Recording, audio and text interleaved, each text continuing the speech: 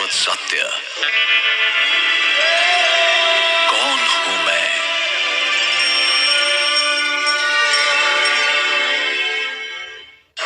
आज मानव विकास के जिस मुकाम पर आ पहुंचा है, वहां उसके लिए अब कुछ भी असंभव नहीं रहा। क्या हम विकास की इस दौड़ में स्वयं को तो नहीं भूल गए हैं?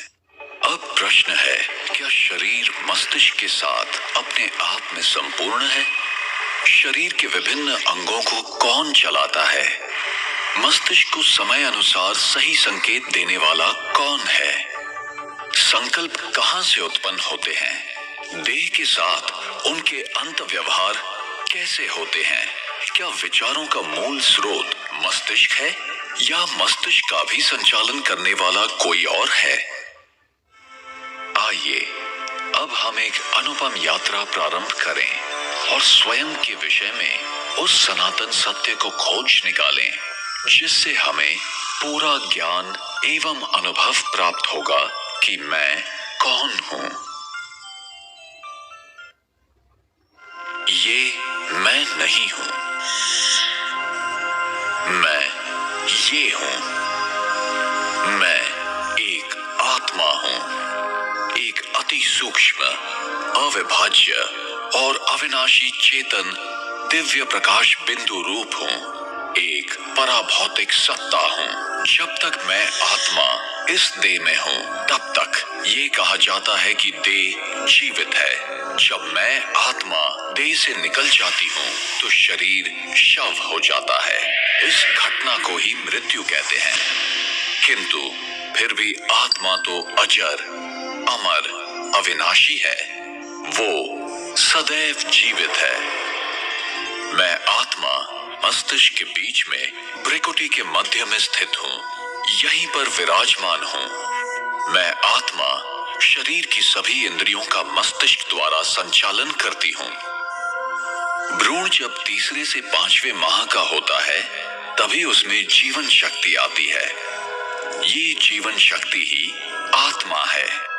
सामान्यतः जब आत्मा नए शरीर में प्रवेश करती है, तो पिछले जन्म के अनुभव, स्मृतियां और घटनाओं को भूल जाती है। इसकी दूसरी ओर मृत्यु क्या है? मृत्यु वो स्थिति है जब आत्मा शरीर छोड़ देती है। और आत्मा जब शरीर छोड़ती है, तो वो शरीर जो खून, हड्डी, मांस से बना हुआ आत्मा का वस्त्र है, एक पुतला मात्र रह जाता है, जो प्रकृति के पंच तत्वों में विलीन हो जाता है।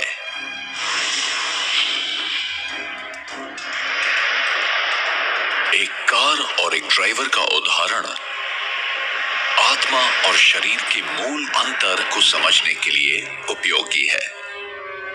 अगर आप अपने शरीर को एक कार मान लें, तो आप आत्मा इसका ड्राइवर हैं। जैसे ड्राइवर गाड़ी को नियंत्रित करता है, घुमाता है या रोकता है, वैसे ही आत्मा शरीर की विभिन्न गतिविधियां करती है। अब प्रश्न ये है कि मैं अपने आप को आत्मा कैसे महसूस करूं? जरा सोचें कि एक बड़ा सा नकली मानवीय शरीर अपने सभी अंगों के साथ है। अगर आप आंखों की खिड़की के पास इस शरीर में एक कुर्सी पर बैठे हुए हैं, तो फिर आपको क्या अनुभव होगा? जब आप आंखों की खिड़की के भीतर से झांक रहे हैं, तो क्या आप अपने आप को इन आंखों की खिड़कियों से अलग महसूस नहीं करेंगे?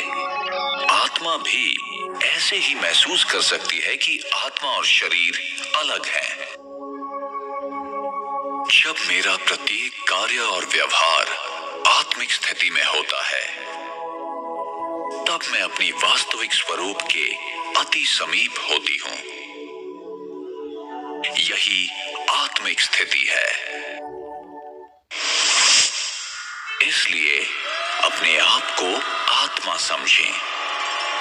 अपने जीवन को आध्यात्मिक दृष्टिकोण से जिएं और सबके प्रति सकारात्मक वृत्ति रखें, जिससे हमारा जीवन और हमारा समाज शांति, पवित्रता, खुशी और प्यार के प्रकाश से जगमगा उठे।